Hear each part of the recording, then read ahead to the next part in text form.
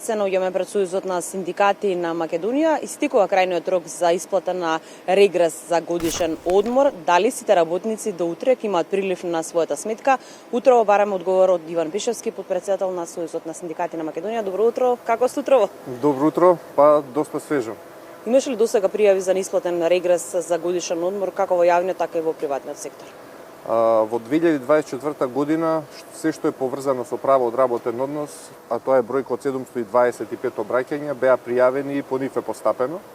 Голем дел од работодавачите, особено оние што имаат синдикати и почитуваат социјален диалог, веќе го исплатија регресот за годишен одмор уште пред летниот период.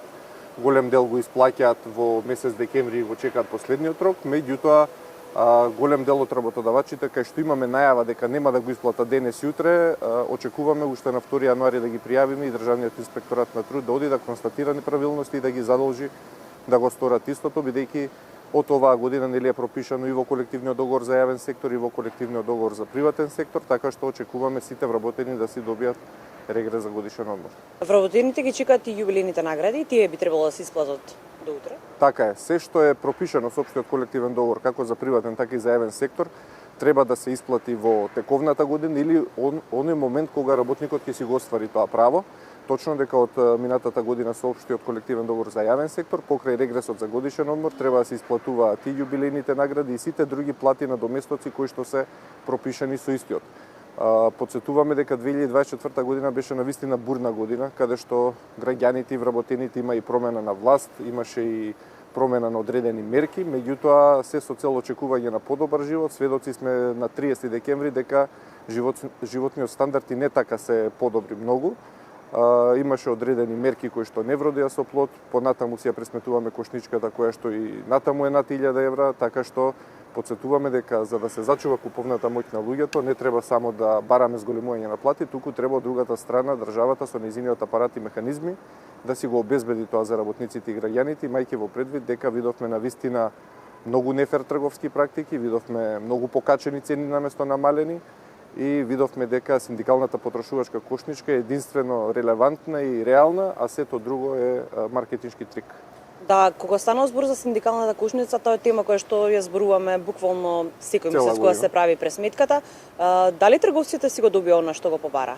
Трговците си добија многу повеќе од тоа што побара. Видовме огромни милионски износи не во денари, туку во евра профит, а сето тоа е на грбот на граѓаните и подсетуваме дека навистина ќе бараме строги казни, ако треба и затворски казни за вакво осиромашување на граѓаните, имајќи во предвид дека ништо толку не се покачи како што тоа беа цените на мало, прехранбените производи, обувките, енергенсите, а сето тоа треба да го плати граѓанинот со 22.500 минимална плата или со едва 40.000 денари просечна плата, каде што нашите анализи и показатели кажуваат дека најголемиот дел од граѓаните се помеѓу минимална и просечна плата. Тоа значи дека едва и се преживува со овие плати кои што ги земаат работниците и барањата во 2025 година нормално е дека ќе бидат многу повисоки плати и подобри услови за работа. Ако сакаме да ги избркаме тие работници што ги имаме, слободно нека продолжи оваа влада со исти мерки како и порано. Инспекторите се сепак на терен, постојано контролираат, очекувате ли можеби замрзнување на цените? Па да бидам искрен, не очекувам ништо кога имаме такви трговци во државата кои што поминуваат неказнети, можеби нешто ќе се смени доколку се казнат истите. Од друга страна инспекторите и пазарни и трудови се секој ден во текот на годината на терен. Меѓутоа многу повеќе ќе треба да бидат во месец јануари, мајки во предвид дека и трговците ќе имаат нов закон, меѓутоа и во јануари ќе бидат сите пријави за правата од работен однос како што е регресот, јубилејните и сето тоа што не било исплатено.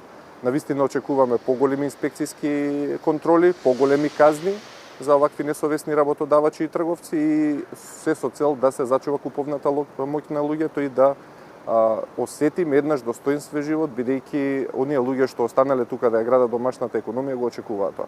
Сојузот на синдикати годинава беше доста активен. Како ја заокружувате 2024? Па 2024 година ја заокружуваме со преку 20 протести и штрајкови. Најголемиот дел од нив беа во јавните предпријатија. Подсетуваме дека штрекувавме во национални шуми за 3 неисплатени плати, штрекувавме во водостопанство за исто толку плати, пошта, ЈСП, железници, фен индустрија, имаше и приватен сектор, доста протести и штрајкови, така што сето тоа вроди со плод да се потпишат одредени колективни договори, да се исплати сето тоа што беше задоснато и неисплатено. Меѓутоа, верувам дека работите во 2025 година конечно ќе тргнат на подобро, имајќи во предвид дека сите тие такви несовесни работодавачи ги исправија грешките и се надевам дека нема да ги повторат, имајќи во предвид колку се големи и казните што ги платија, така што очекувам навистина поплодна и поуспешна 2025 година, особено да се земат во предвид нашите предлози кои што се доставени и до владата и до работодавачите, и да очекуваме дека ќе имаме нов колективен договор и за приватен сектор, нова минимална плата која што треба да биде веќе во март и преку 450 евра, и пократка работна недела. Потсетуваме дека не е само недела неработен ден, туку и сабота, дека треба да се запази 40-часовната работна недела, нашето барање да биде и 35-часовна.